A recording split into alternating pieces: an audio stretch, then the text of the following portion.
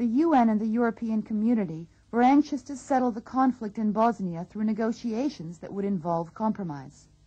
Serbs would have to give up land they controlled, and the Muslim-dominated government would have to give up their claim to rule the whole of Bosnia. The Vance-Owen plan, which was negotiated in December of 1992, would have ended the fighting by an agreement to decentralize power into 10 administrative units that would be dominated by the different ethnic factions.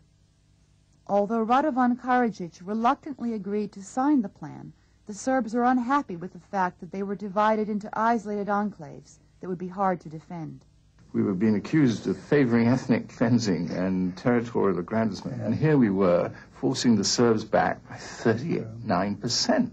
Now, I mean, I used to always say, give me an example of any plan that has rolled back an undefeated army that amount. Perhaps the most realistic peace plan to end the war was proposed in September of 1993, the Owen-Stoltenberg Plan,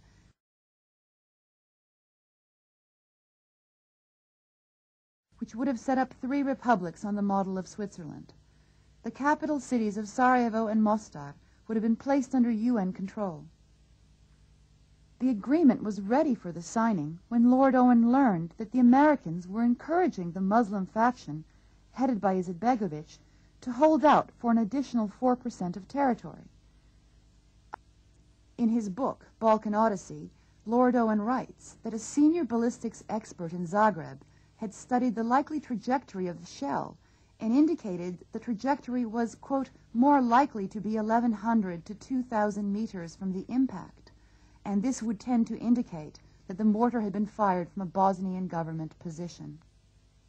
I was in receipt of privileged information, really, and I was not going to reveal what was the suspicion, but what I did want was the UN in New York to come under questioning about who was responsible for the bomb.